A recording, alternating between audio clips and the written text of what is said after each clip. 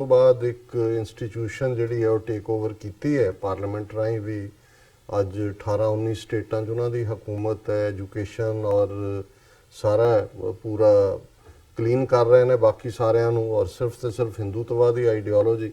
Supreme court ਹਾਲਾਂ ਪਿਛਲਾ chief justice ਦੀਪਕ ਮਿश्रा ਹਿੰਦੂਤਵੀ ਜਿਹਨੇ ਫੈਸਲੇ ਵੀ ਉਸ ਕਿਸਮ ਦੇ ਦਿੱਤੇ, ਪਰ ਮੌਜੂਦਾ ਚੀਫ ਜਸਟਿਸ ਰੰਜਨ ਗੋਗੋਈ ਜਿਸ ਦਾ ਸਬੰਧ ਅਸਾਮ ਨਾਲ ਹੈ, ਪੰਜਾਬ ਹਰਿਆਣਾ ਹਾਈ ਕੋਰਟ ਦਾ ਵੀ ਇਹ ਚੀਫ ਜਸਟਿਸ ਰਿਹਾ। ਔਰ ਮੈਂ ਅੱਗੇ ਵੀ ਜ਼ਿਕਰ ਕੀਤਾ ਸੀ ਕਿ ਜਦੋਂ ਸੁਮੇਧ ਸੈਣੀ ਨੂੰ ਡਾਇਰੈਕਟਰ ਜਨਰਲ ਪੁਲਿਸ ਬਾਦਲ ਨੇ ਲਾਇਆ, ਉਦੋਂ ਵੌਇਸਿਸ ਫਾਰ ਫਰੀडम ਆਰਗੇਨਾਈਜੇਸ਼ਨ ਨੇ ਇਹਦੇ ਹਿਊਮਨ ਰਾਈਟ ਰੈਕਰਡ ਔਰ ਇਸ ਦੇ ਥੱਲੇ ਕਿ ਵੀ ਇਹਦੇ ਤੇ ਤਾਂ ਕੇਸ ਚੱਲਦਾ ਹੈ ਦਵਿੰਦਰਪਾਲ ਸਿੰਘ ਭੁੱਲਰ ਦੇ ਪਿਤਾ ਮਾਸੜ ਨੂੰ ਮਾਰਨ ਦਾ ਵੀ, ਔਰ ਦੂਸਰਾ ਜਿਹੜਾ ਇਹਨੇ ਆਪਣੇ ਰਿਸ਼ਤੇਦਾਰ ਸੈਣੀ ਮੋਟਰਸ ਵਾਲੇ ਮਾਰੇ ਹੋਏ ਨੇ।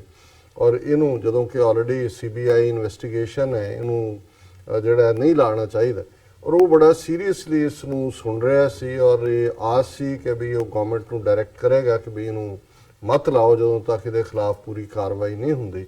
ਲੇਕਿਨ ਅਚਾਨਕ ਉਹਨਾਂ ਨੂੰ ਚੀਫ ਜਸਟਿਸ ਤੋਂ ਸੁਪਰੀਮ ਕੋਰਟ ਦਾ ਜੱਜ ਲਾ ਦਿੱਤਾ ਗਿਆ ਸੀ ਔਰ ਹੁਣ ਇਸ ਵੇਲੇ ਉਹ ਚੀਫ ਮਿਨਿਸਟਰ ਹੈ। ਜਸਟਿਸ ਗੋਗੋਈ ਉਹਨਾਂ 3-4 ਜੱਜਿਸ ਸ਼ਾਮਲ ਹੈ ਸੁਪਰੀਮ ਕੋਰਟ ਦੇ ਜਿਨ੍ਹਾਂ ਨੇ ਦੀਪਕ ਮਿश्रा ਦੇ ਜਦੋਂ ਮਨਮਾਨੀਆਂ ਕਰ ਰਿਹਾ ਸੀ, ਹਿੰਦੂਤਵਾ ਦਾ ਏਜੰਡਾ ਜਿਹੜਾ ਹੈ ਉਹਨੂੰ ਲਾਗੂ ਕਰ ਰਿਹਾ ਸੀ, ਉਹਦੇ ਖਿਲਾਫ ਉਹਨਾਂ ਨੇ ਆਵਾਜ਼ ਚੁੱਕੀ ਸੀ ਪ੍ਰੈਸ ਕਾਨਫਰੰਸ ਕਰਕੇ।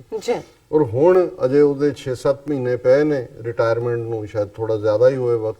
ਔਰ ਜਿਹੜੇ ਬੜੇ ਕਰੂਸ਼ਲ ਕੇਸ ਜਿਹੜੇ ਬੀਜੇਪੀ ਸਮਝਦੀ ਸੀ ਕਿ ਚੋਣਾਂ ਤੋਂ ਪਹਿਲਾਂ ਇਹਨਾਂ ਦੇ ਹੱਕ 'ਚ ਭੁਗਤਾਣੇ ਚਾਹੀਦੇ ਨੇ, ਜਿਵੇਂ ਮੰਦਿਰ ਬਣਾਉਣ ਦੀ ਗੱਲ ਬਾਬਰੀ ਮਸਜਿਦ ਵਾਲੀ ਥਾਂ ਤੇ, ਔਰ ਇਸੇ ਤਰ੍ਹਾਂ ਜਿਹੜੇ ਬੜੇ ਸੈਂਸਿਟਿਵ ਕੇਸ ਰਾਫੇਲ ਵਾਲਾ ਸਾਹਮਣੇ ਆ ਗਿਆ ਹੈ ਜਿਹਨੂੰ ਇਹ ਡਿਲੇ ਕਰਨਾ ਚਾਹੁੰਦੇ ਸੀ ਔਰ ਇਹਨੂੰ ਵੀ ਡਿਸਮਿਸ ਕਰ ਦਿਓ। ਸੋ ਹੁਣ ਇਹ ਸਾਰੇ ਕੇਸਾਂ ਦੀ ਸੁਣਵਾਈ ਬਾਬਰੀ ਮਸਜਿਦ ਦੀ ਵੀ ਮੁੱਦੇ ਦੇ ਉੱਤੇ ਔਰ ਰਾਫੇਲ ਡੀਲ ਔਰ ਹੋਰ ਕਰੂਸ਼ਲ ਜਿਹੜੇ ਕੇਸ ਨੇ ਜਿਨ੍ਹਾਂ 'ਚ ਹਿੰਦੂਤਵੀ ਕਾਬੂ ਆਉਂਦੇ ਨੇ, ਉਹ ਇਹਦੇ ਜਿਹੜਾ ਰੰਜਨ ਗੋਗੋਈ ਨੇ ਜਿਹੜਾ ਬੈਂਚ ਬਣਾਣੇ ਨੇ ਜਾਂ ਆਪ ਹੈਡ ਕਰਨੇ ਨੇ ਉਹ ਬੈਂਚ। ਹੁਣ ਇਹਦੇ ਖਿਲਾਫ ਹੋਰ ਕੋਈ ਜਿਹੜਾ ਕਦੇ ਕੁਝ ਲਿਆ ਨਹੀਂ ਸਕੇ ਬਣ ਗਿਆ, ਚੀਫ ਜਸਟਿਸ ਤੱਕ ਪਹੁੰਚ ਗਿਆ। ਹਾਲਾਂਕਿ ਸ਼ੁਰੂ ਜਿਨ੍ਹਾਂ ਨੇ ਕਹਿਣ ਦੀ ਕੋਸ਼ਿਸ਼ ਕੀਤੀ ਕਿ ਜੀ ਇਹਦਾ ਪਿਓ ਵਕਤੀ ਤੌਰ ਤੇ ਅਸਾਮ ਦਾ ਚੀਫ ਮਿਨਿਸਟਰ ਵੀ ਰਿਹਾ ਸੀ ਕਾਂਗਰਸ ਵੱਲੋਂ, ਜਿਹੜੀ ਕਾਂਗਰਸ ਲੀਨਿੰਗ ਹੈ, ਪਰ ਇਹਦੇ ਰੰਜਨ ਗੋਗੋਈ ਦਾ ਇੰਨੀ ਗ੍ਰਿਪ ਹੈ ਔਰ ਇਮਾਨਦਾਰੀ ਹੈ ਨਾ ਬੈਂਕ ਵਾਲਿਆਂ ਦੇ ਨਾ ਉਹ ਪ੍ਰਭਾਵ ਕਬੂਲਦਾ। ਹੁਣ all of A sudden Bharat the history 'ਚ ਪਹਿਲੀ ਵਾਰ ਹੋਇਆ ਚੀਫ ਜਸਟਿਸ ਦੇ ਮਾਮਲੇ 'ਚ ਕਿ ਇੱਕ ਸਾਬਕਾ ਜਿਹੜੀ ਕੋਈ ਲੋਅਰ ਲੈਵਲ ਦੀ ਜੂਨੀਅਰ EMPLOYE ਜਿਹੜੀ ਆਲਰੇਡੀ ਉਹਨਾਂ ਦਾ ਫਰਾਡ ਕੇਸਾਂ 'ਚ ਉਹਦਾ ਸਾਰਾ ਰਿਕਾਰਡ ਹੀ ਇਸ ਕਿਸਮ ਦਾ, ਉਹਨੇ ਇਲਜ਼ਾਮ ਲਾ ਦਿੱਤਾ ਔਰ ਉਹਨੇ 22 ਜੱਜਾਂ ਨੂੰ ਇਹ ਪਟੀਸ਼ਨ ਲਿਖ ਕੇ ਪਾਈ ਕਿ ਜੀ ਮੇਰੇ ਨਾਲ ਜਿਹੜਾ ਇਹਨੇ ਜਸਟਿਸ ਗੋਗੋਈ ਨੇ ਮੇਰੀ ਸੈਕਸ਼ੂਅਲ ਜਿਹੜੀ ਐਕਸਪਲੋਇਟੇਸ਼ਨ ਕੀਤੀ ਔਰ ਇਹ ਉਹ ਕੀਤਾ। ਇੱਕਦਮ ਇਹਦੇ ਤੇ ਰੌਲਾ ਵੀ ਪੈ ਗਿਆ। ਉਹਨੇ ਰੰਜਨ ਗੋਗੋਈ ਨੇ ਫੌਰਨ ਐਕਸ਼ਨ ਲੈਂਦੇ ਆ 2 ਹੋਰ ਜੱਜ ਬਿਠਾ ਕੇ ਪਹਿਲਾਂ ਤਾਂ ਇਹ ਸਾਰਿਆਂ ਦਾ ਉਹਨੇ ਨੋਟਿਸ ਲਿਆ। ਉਹਨੇ ਕਿਹਾ ਜੀ ਈਵਨ ਇਸ ਦੇ ਉੱਤੇ ਜਿਹੜਾ ਇਹਨੂੰ ਰਿਸਪੌਂਡ ਕਰਨਾ ਵੀ ਇੱਕ ਤੋਹੀਨ ਹੈ। ਲੇਕਿਨ ਅਸੀਂ ਦੇਖਦੇ ਹਾਂ ਵੀ ਇੱਕਦਮ ਜਿਹੜੀ ਸੁਪਰੀਮ ਕੋਰਟ ਦੀ ਬਾਰ ਐਸੋਸੀਏਸ਼ਨ ਔਰ ਦੂਜੇ ਤੀਜੇ ਜਿੱਥੇ RSS ਨੇ ਆਪਣੇ ਬੰਦੇ ਵਾੜੇ ਹੋਏ ਨੇ ਉਹਨਾਂ ਨੇ ਇਹਦੇ ਤੇ ਬੜਾ ਵਾਵੇਲਾ ਖੜਾ ਕੀਤਾ। ਲੇਕਿਨ ਕਿਉਂਕਿ ਰੰਜਨ ਗੋਗੋਈ ਦਾ ਆਪਣਾ ਰੈਕਰਡ ਬੜਾ ਕਲੀਨ ਹੈ ਸਾਰਾ, ਇਸ ਲਈ ਲੋਕਾਂ 'ਚ ਹੋਇਆ ਕਿ ਵੀ ਇਹਦੀ ਟਾਈਮਿੰਗ, ਔਰ ਉਹਨੇ ਵੀ ਨਾਲ ਦੇ ਨਾਲ ਇਹ ਕਹਿ ਦਿੱਤਾ ਹੈ there is conspiracy to make Chief justice of India resign, ਜਿਹੜਾ ਈਵਨ ਇੱਕ ਵਕੀਲ ਪ੍ਰੋਮੀਨੈਂਟਲੀ ਸੀ ਔਰ ਇਹਨੇ ਰੰਜਨ ਗੋਗੋਈ ਨੇ ਵੀ ਇਹ ਕਿਹਾ ਜੀ ਇਹ ਕੰਸਪੀਰੇਸੀ ਹੈ। ਇਹ ਉਸ ਇੰਸਟੀਟਿਊਸ਼ਨ ਨੂੰ ਚੀਫ ਜਸਟਿਸ ਦੀ ਜਿਹੜੀ ਸਰਟਨ ਪਾਵਰਸ ਦੇ ਕਾਬੂ 'ਚ ਨਹੀਂ ਆ ਰਹੀ ਉਹਨੂੰ ਡੀਫੇਮ ਕਰਨ ਦੇ ਲਈ ਹੈ। ਔਰ ਇਹ ਲੋਕ ਜਿਹੜੇ ਨੇ ਇਸ ਬਾਰੇ ਔਰ ਮੀਡੀਆ ਔਰ ਦੂਜੇ ਜਿਹੜੇ ਨੇ ਉਹ ਆਪ ਹੀ ਧਿਆਨ ਦੇਣ। ਹੁਣ ਇਹ ਜਦੋਂ ਇੱਕ ਮਾਹੌਲ ਜਿਹਾ ਬਣ ਗਿਆ, ਇੱਕ ਨਜ਼ਰ ਆ ਗਿਆ, ਇਲੈਕਸ਼ਨ ਪੀਰੀਅਡ ਹੈ, ਉਹਨਾਂ ਧਿਆਨ ਨਹੀਂ ਵੀ ਗਿਆ ਕਿਉਂਕਿ ਇਸ ਵੇਲੇ ਇਲੈਕਸ਼ਨ ਤੇ ਜ਼ੋਰ ਲੱਗਾ ਹੋਇਆ। ਨਾਲ ਦੀ ਨਾਲ ਅਰੁਣ ਜੇਤਲੀ, ਹੁਣ ਅਰੁਣ ਜੇਤਲੀ RSS ਦਾ 3rd ਬਲੂ ਆਈਡ ਬॉय ਹੈ ਮੋਦੀ ਔਰ ਅਮਿਤ ਸ਼ਾਹ ਤੋਂ ਬਾਅਦ। ਇੱਕਦਮ ਜਦੋਂ ਮੈਂ ਕਿਹਾ ਵੀ ਕਹਾਣੀ ਵੀ ਚੋਰ ਹੀ ਰਲ ਗਿਆ ਭੀੜ ਦੇ ਨਾਲ, ਚੋਰ ਤੇ ਮੈਂ ਜਦੋਂ ਇਹਦੀ ਅਰੁਣ ਜੇਤਲੀ ਦੀ ਸਟੇਟਮੈਂਟ ਦੇਖੀ ਤਾਂ ਮੈਨੂੰ ਫਿਰ ਕੋਈ ਭੁਲੇਖਾ ਨਹੀਂ ਰਿਹਾ ਵੀ ਇਹ ਕੰਮ RSS ਨੇ ਸ਼ੁਰੂ ਕੀਤਾ, ਪਰ ਉਹਨਾਂ ਨੂੰ ਲੱਗਾ ਵੀ ਇਹ ਪੁੱਠਾ ਪੈ ਸਕਦਾ ਕਿਉਂਕਿ ਰੰਜਨ ਗੋਗੋਈ ਦਾ ਆਪਣਾ ਵੀ ਰੈਪੂਟੇਸ਼ਨ ਇਸ ਕਿਸਮ ਦਾ।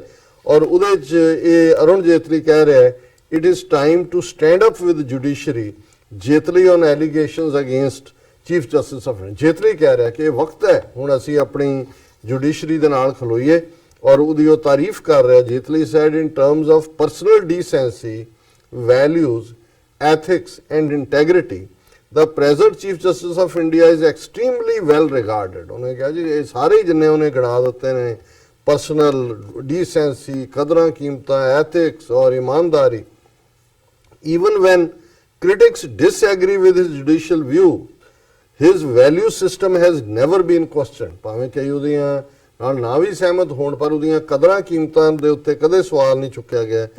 Lending shoulder to completely unverified allegations coming from a disgruntled person with a not so glorious track record is aiding the process of destabilization of the institution of Chief Justice of India. ਇਹ ਹੁਣ ਅਰੁਣ ਜੇਤਲੀ ਕਹਿ ਰਹੇ, ਉਹਨੇ ਕਿਹਾ ਜੀ ਕਿ ਐਸੇ ਵੱਲੋਂ ਚਾਰਜ ਲਾਣਾ ਉਸ ਵੱਲੋਂ ਜਿਹਦਾ ਰਿਕਾਰਡ ਹੀ ਮਾੜਾ ਹੈ ਔਰ ਉਸ ਦੀ ਕੋਈ ਮਦਦ ਵੀ ਕਰਨੀ ਜਿਹੜੀ ਹੈ, ਇਹ ਸਾਡੀ ਚੀਫ ਜਸਟਿਸ ਦੀ ਜਿਹੜੀ ਇੰਸਟੀਟਿਊਸ਼ਨ ਹੈ ਉਹਨੂੰ ਡੀਸਟੈਬਲਾਈਜ਼ ਕਰਨਾ ਹੈ. ਸੋ ਇਸ ਨੂੰ ਕਹਿੰਦੇ ਨੇ ਕਿ ਭਾਈ ਜੇ ਤੁਸੀਂ ਬਚਣਾ, ਚੋਰ ਦੇ ਪਿੱਛੇ ਭੀੜ ਪੈ ਗਈ, ਘਰ ਵਾਲੇ ਵੀ ਜਾਗ ਪਏ ਤੇ ਫਿਰ ਨਾਲ ਹੀ ਰੌਲਾ ਪਾ ਦਿਓ ਚੋਰ ਚੋਰ ਚੋਰ ਚੋਰ. ਸੋ ਇੱਕ ਮੈਂ ਇਹਦੇ ਨਾਲ ਹੀ ਮੈਂਸ਼ਨ ਕਰਦੇ ਹਾਂ, ਜਦੋਂ ਅਸੀਂ ਇਹ ਪਹਿਲਾ ਸੈਗਮੈਂਟ ਕੀਤਾ ਤੇ ਸਾਨੂੰ ਨਾਲ ਦੀ ਨਾਲ ਹੀ ਸਾਡੇ ਵੀਰ GC ਸਿੰਘ ਜਿਹੜੇ ਹਿਊਸਟਨ ਤੋਂ ਸਾਨੂੰ ਇਨਫੋਰਮ ਵੀ ਰੱਖਦੇ ਨੇ ਔਰ ਇੰਪੋਰਟੈਂਟ ਸਟੋਰੀਜ਼ ਵੀ ਟਾਈਮ ਟੂ ਟਾਈਮ ਸਾਡੇ ਨੋਟਿਸ 'ਚ ਲਿਆਉਂਦੇ ਨੇ. ਉਹਨਾਂ ਨੇ ਲਿਖਿਆ ਕਿ ਡਾਕਟਰ ਸਾਹਿਬ, watching your show right now, exactly my thoughts when I first saw this news yesterday morning. So when the Foreign Intelligence Agency who informed Sri Lanka was raw, the connections and plot became clear yesterday itself. ਉਹਨਾਂ ਨੇ Times of India the story ਵੀ ਭੇਜੀ ਹੈ ਔਰ ਨਾਲ ਦੀ ਨਾਲ ਉਹਨਾਂ ਨੇ ਕਿਹਾ ਕਿ ਜਿਹੜੀ ਤੌਹੀਦ ਜਮਾਤ ਗਰੁੱਪ ਜਿਹਨੂੰ ਉਹਨਾਂ ਨੇ ਬਲੇਮ ਕੀਤਾ, ਇਹਦਾ ਹੈੱਡਕੁਆਟਰ ਹੀ ਤਮਿਲਨਾਡੂ 'ਚ ਹੈ ਔਰ Times of India the story ਇਸੇ ਪਾਸੇ ਹੀ ਜਿਹੜੀ ਹੈ ਪੁਆਇੰਟ ਆਊਟ ਕਰਦੀ ਹੈ ਔਰ ਉਹਨਾਂ ਦਾ ਵੀ ਇਹੀ ਕਹਿਣਾ ਹੈ ਕਿ ਵੀ ਇਹ ਰਾਹ ਦਾ ਹੀ ਕੰਮ ਹੈ. ਬਾਕੀ ਅਸੀਂ ਕੱਲ ਫਰਦਰ ਇਸ ਨੂੰ ਕੰਟੀਨਿਊ ਕਰਾਂਗੇ ਜਿਹੜੀ ਵੀ ਕੋਈ ਹੋਰ ਨਵੀਂ ਜਾਣਕਾਰੀ ਇਹਦੇ ਨਾਲ ਰਿਲੇਟਡ ਸਾਡੇ ਕੋਲ ਫੇਸਬੁੱਕ ਤੇ ਮੈਸੇਜ ਨੇ, ਅਸੀਂ ਸਭ ਨੂੰ ਸ਼ੇਅਰ ਕਰਨ ਜਾ ਰਹੇ ਹਾਂ ਔਰ ਸਭ ਦਾ ਆਪਾਂ ਸ਼ੁਕਰੀਆ ਅਦਾ ਕਰਦੇ ਹਾਂ ਔਰ ਸਾਂਝੀ ਫਤਿਹ ਬੁਲਾਉਂਦੇ ਹਾਂ. ਵਾਹਿਗੁਰੂ ਜੀ ਕਾ ਖਾਲਸਾ, ਵਾਹਿਗੁਰੂ ਜੀ ਕੀ ਫਤਿਹ ਐਂਡ ਅਸਲਾਮ ਵਾਲੇਕਮ. ਐਂਡ ਹਰੂਨ ਤਰਾਜੀ ਸਾਨੂੰ ਲਿਖਦੇ ਨੇ ਕਿ ਨਾਈਸ ਪ੍ਰੋਗਰਾਮ ਡਾਕਟਰ ਸਾਹਿਬ. ਜਸਵੰਤ ਸਿੰਘ ਸਾਨੂੰ ਫਤਿਹ ਬੁਲਾਉਂਦੇ ਨੇ. ਇਫਰਾਨ ਸ਼ਾਹਿਦ ਕਹਿੰਦੇ ਨੇ ਕਿ ਜੀ ਆਇਆਂ ਨੂੰ ਕਹਿੰਦੇ ਨੇ ਸਾਨੂੰ. ਮਲਕੀਤ ਸਿੰਘ ਜੀ ਵੀ ਸਾਨੂੰ ਫਤਿਹ ਬੁਲਾਉਂਦੇ ਨੇ. ਮੁਸਤਰ ਬਸ਼ੀਰ ਜੀ ਕਹਿੰਦੇ ਨੇ ਕਿ ਗ੍ਰੇਟ ਖਾਲਿਸਤਾਨ. ਪਰਮਜੀਤ ਖਾਲਸਾ ਵਾਹਿਗੁਰੂ ਜੀ ਕਹਿੰਦੇ. ਰਣਜੋਤ ਸਿੰਘ ਵਾਹਿਗੁਰੂ ਜੀ ਕਾ ਖਾਲਸਾ, ਵਾਹਿਗੁਰੂ ਜੀ ਕੀ ਫਤਿਹ ਕਹਿੰਦੇ ਨੇ. ਭਾਈ ਗੁਰਮੀਤ ਸਿੰਘ ਬੱਬਰ ਜੀ ਸਾਨੂੰ ਲਿਖਦੇ ਨੇ, ਕਹਿੰਦੇ ਨੇ ਪਤੰਜਲੀ ਨੇ ਆਟਾ ਕੀਆ 5 रुपए महंगा. ਉਹਨਾਂ ਦਾ ਫਨੀ ਹੈਗਾ, ਕਹਿੰਦੇ ਨੇ ਬੋਲ ਰਹੇ ਹੈ ਕਿ ਹਿਮਾ ਮਾਲਿਨੀ ਕੇ ਹਾਥ ਸੇ ਕਟੇ ਗੇਹੂ ਕਾ ਹੈ. ਪਰਦੇਸੀ ਪਾਪਾ ਲਿਖਦੇ ਨੇ ਕਿ ਸਤਿ ਸ਼੍ਰੀ ਅਕਾਲ. ਸਾਡੇ ਕੋਲ YouTube ਤੇ ਮੈਸੇਜ ਨੇ ਔਰ ਮੈਂ ਜੋ ਆਪਣਾ ਦੂਸਰਾ ਸੈਗਮੈਂਟ ਹੈ ਉਸ ਤੇ ਵੀ ਮੈਂ ਮੈਸੇਜ ਦੇਖਦੀ ਹਾਂ ਜੇ ਇਹ ਸਾਡੇ ਕੋਲ ਹੋਏ ਤੇ ਆਪਾਂ ਸ਼ੇਅਰ ਕਰਦੇ ਹਾਂ ਜੀ YouTube ਦੇ. In the meantime Garry Sandhu, Kasam Ali ji ਔਰ ਫਿਰ ਕਾਸਮ ਅਲੀ, ਜੋਰਾ ਰਾਏ ਔਰ ਇਹ ਸਾਰਿਆਂ ਨੇ ਫਤਿਹ ਬੁਲਾਈ ਹੈ. ਖਾਲਿਸਤਾਨ ਜ਼ਿੰਦਾਬਾਦ. यासिर लतीफ़ लिखते हैं सलाम from Pakistani Punjab in Germany. Doctor साहब ते नीलम भैन नूं सत श्री अकाल. तुसीं बहुत वधिया प्रोग्राम करदे हो.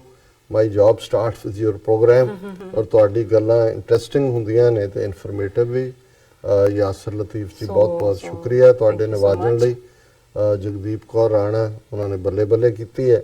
वाजिद हनीफ सलाम फ्रॉम कश्मीर. अब्दुलदार उन्होंने ਤੁਹਾਨੂੰ ਔਰ ਮੈਨੂੰ ਜਿਹੜੀ ਹੈ ਸਲਾਮ ਕਹੀ ਹੈ ਔਰ thanks for great programme. Veer Surinder Singh ji Waheguru ji. Cool bright sky ਉਹਨਾਂ ਨੇ ਸਾਨੂੰ ਹਮੇਸ਼ਾ ਹੀ ਉਹ ਨਵਾਜਦੇ ਨੇ ਜੀ. ਫਿਰ सादिक सकलिन अब्बास लिखते ने श्रीलंका में जो हमले हुए हैं इसके पीछे CIA, मोसाद और इंडियन रॉ ने करवाए हैं और कोई नहीं कर सकता. देखो मैनू तो सीधा सीधा राह का ही काम लगता है और ਹੁਣ ਤਾਂ ਸਬੂਤ ਵੀ ਦੇ ਆ ਜਾਣਗੇ ਆਉਣ ਵਾਲੇ ਦਿਨਾਂ 'ਚ, ਪਰ ਆਲਰੇਡੀ ਉਹਨਾਂ ਨੇ ਜਿਹੜਾ ਹੈ ਉਹ ਖਾਤੇ 'ਚ ਪਾ ਦਿੱਤੇ ਨੇ ਇਸਲਾਮ ਨੂੰ ਬਦਨਾਮ ਕਰਨ ਲਈ ਜੀ. और फयाज लोन लिखते हैं डॉक्टर साहब मोदी ने जितनी जल्दी बयान अपना पुलवामा में मरने वालों के लिए नहीं दिया जितनी जल्दी श्रीलंका के लिए दिया है. और पाकिस्तान खालिस्तान कश्मीर जिंदाबाद. बिल्कुल, क्योंकि जो मैं टेस्ट की गल की सी कि भी अमरीकन टेस्ट है कि what looks like a duck quacks like a duck is a duck. So ਉਹਦੇ 'ਚ ਜਿਹਨੂੰ ਕਹਿੰਦੇ ਨੇ ਕਿ ਵੀ ਚੋਰ ਦੀਆਂ ਜੇ ਤੁਸੀਂ ਪੈੜਾਂ ਲੱਭਣੀਆਂ ਨੇ ਤਾਂ ਫਿਰ ਇੱਕਦਮ ਇਹਨਾਂ ਦੇ ਜਿਹੜੇ ਉਹ ਬਿਠਾਏ ਹੋਏ ਨੇ ਟਵਿੱਟਰ ਦੇ ਉੱਤੇ ਇਹਨਾਂ ਦੇ ਜਮੂਰੇ, ਜੀ ਉਹਨਾਂ ਦਾ ਰਿਐਕਸ਼ਨ, ਮੋਦੀ ਦਾ ਰਿਐਕਸ਼ਨ, ਇੱਕਦਮ ਬਦਨਾਮੀ, ਇਸਲਾਮਿਕ ਟੈਰਰਿਜ਼ਮ ਦੀ ਗੱਲ ਸਾਊਥ ਦੇ ਵਿੱਚ ਜਿਹੜਾ ਹੈ, ਹੁਣ ਔਰ ਇਹ ਵੀ ਸਾਹਮਣੇ ਆਣਾ ਵੀ ਹੈੱਡਕੁਆਰਟਰ ਹੀ ਤਮਿਲਨਾਡੂ 'ਚ ਹੈ ਔਰ ਇਹ ਆਣਾ ਜੀ ਨੈਸ਼ਨਲ ਇਨਵੈਸਟੀਗੇਟਿਵ ਅਜੀਤ ਡੋਵਲ ਨੇ ਤਾਂ ਮਹੀਨਾ ਪਹਿਲਾਂ ਦਾ, ਫਿਰ ਜੀ 6 ਮਹੀਨੇ ਪਹਿਲਾਂ ਅਸੀਂ ਇੱਕ ਨੂੰ ਇੰਟਰੋਗੇਟ ਕੀਤਾ ਸੀ, ਉਦੋਂ ਵੀ ਜਿਹੜਾ ਇਹ ਸਾਹਮਣੇ ਆਇਆ ਸੀ ਕਿ ਉੱਥੇ ਜਿਹੜੇ ਨੇ ਚਰਚਿਸ ਦੇ ਉੱਤੇ ਔਰ ਇੰਡੀਅਨ ਹਾਈ ਕਮਿਸ਼ਨ ਤੇ ਇਹ ਸਾਰੀ ਜਿਹੜੀ ਹੈ ਮਿਸ ਇਨਫੋਰਮੇਸ਼ਨ ਹਾਈ ਕਮਿਸ਼ਨ ਵਾਲੀ ਸੀ, ਪਰ ਅਸਲੀ ਕੰਮ ਜਿਹੜਾ ਹੈ ਇਹਨਾਂ ਨੇ ਹੀ ਕੀਤਾ ਹੈ ਔਰ ਇਹਨਾਂ ਨੂੰ ਹੀ ਇਹ ਸੂਟ ਕਰਦਾ ਹੈ। ਜੀ ਡਾਕਟਰ ਸਾਹਿਬ ਮੇਰੇ ਕੋਲ ਦੂਸਰੇ ਸੈਗਮੈਂਟ ਤੇ ਹੈਗੇ ਨੇ ਮੈਸੇਜ। ਖੁਸ਼ਵਿੰਦਰ ਕੇ ਸਿੰਧੂ ਸਾਲ ਲਿਖਦੇ ਨੇ, if Pakistan makes it clear that there is more harm to Gujarat than Punjab in case of war, then India will never start the war। ਔਰ ਭਾਈ ਗੁਰਮੀਤ ਸਿੰਘ ਬੱਬਰ ਸਾਲ ਲਿਖਦੇ ਨੇ, ਢਿੱਡਾਂ ਵਿੱਚੋਂ ਢਿੱਡ ਸੁਣੀਂਦਾ ਫੌਜੀ ਦਾ, ਵੇਖੋ ਕਿੰਨਾ ਅਸਰ ਹੋ ਗਿਆ ਸ਼ਿਮਲੇ ਤੇ ਡਲਹੌਜ਼ੀ ਦਾ। ਉਹਨਾਂ ਦੂਸਰੇ ਸੈਗਮੈਂਟ ਤੇ ਸਾਨੂੰ ਕਿਉਂਕਿ ਰਹਿੰਦਾ ਹੀ ਸ਼ਿਮਲਾ ਡਲਹੌਜ਼ੀ ਹੈ ਕੈਂਪਟਨ ਅਮਰਿੰਦਰ, ਢਿੱਡ ਵੀ ਉਹਦਾ 1.5 ਕੁਇੰਟਲ ਦਾ ਹੈ। ਬਲਜਿੰਦਰ ਸਿੰਘ ਸਾਲ ਲਿਖਦੇ ਨੇ, ਵਾਹਿਗੁਰੂ ਜੀ। ਭਾਈ ਗੁਰਮੀਤ ਸਿੰਘ ਜੀ ਬੱਬਰ ਸੇ ਫਿਰ ਲਿਖਦੇ ਨੇ, ਤਾਰਿਕ ਫਤਿਹ ਅਤੇ ਮੋਦੀ ਲਈ 4 ਦਿਨ ਸ਼ੌਂਕ ਦੇ ਕੁੱਤੇ ਫਿਰਦੇ ਭੌਂਕਦੇ। ਔਰ ਬਲਜਿੰਦਰ ਸਿੰਘ ਲਿਖਦੇ ਨੇ, ਰੈਫਰੈਂਡਮ 2020 ਨਾਲ ਲਿਖਿਆ, ਅਸੀਂ ਸਭ ਦਾ ਬਹੁਤ-ਬਹੁਤ ਸ਼ੁਕਰੀਆ ਅਦਾ ਕਰਦੇ ਹਾਂ। ਵਿਊਅਰਸ ਤੁਸੀਂ ਸਾਡੇ ਨਾਲ ਇਸ ਤਰ੍ਹਾਂ ਬਣੇ ਰਹਿਣਾ, ਮਿਲਦੇ ਹਾਂ। ਮੈਂ ਆਸਫ ਅਲੀ ਸੈयद, ਉਹਨਾਂ ਨੂੰ ਸਲਾਮ, ਔਰ ਡਾਕਟਰ ਸਾਹਿਬ ਤੇ ਛੋਟੀ ਸਿਸਟਰ ਤੁਹਾਨੂੰ ਸਲਾਮ ਜੀ। they are trying to change the Tamil voters। ਉਹ ਜ਼ਾਹਿਰ ਹੈ ਕਿ ਇਹਦਾ ਮਕਸਦ ਸਾਊਥ ਇੰਡੀਆ, ਖਾਸ ਤੌਰ ਤੇ ਤਮਿਲਾਂ ਨੂੰ, ਜਿੱਥੇ ਕਿ ਮੋਦੀ ਦੀ ਅਪਰੂਵਲ ਸਿਰਫ 2% ਹੈ ਅਪਰੂਵਲ ਰੇਟ, ਜੀ ਉਹਨਾਂ ਨੂੰ ਇਨਫਲੂਐਂਸ ਕਰਨ ਲਈ ਹੈ। ਬਿਲਕੁਲ ਡਨ ਡਾਕਟਰ ਸਾਹਿਬ। ਹਾਂ ਜੀ ਜੀ ਵਿਊਅਰਸ ਮਿਲਦੇ ਹਾਂ ਛੋਟੇ ਜਿਹੇ ਬ੍ਰੇਕ ਤੋਂ ਬਾਅਦ।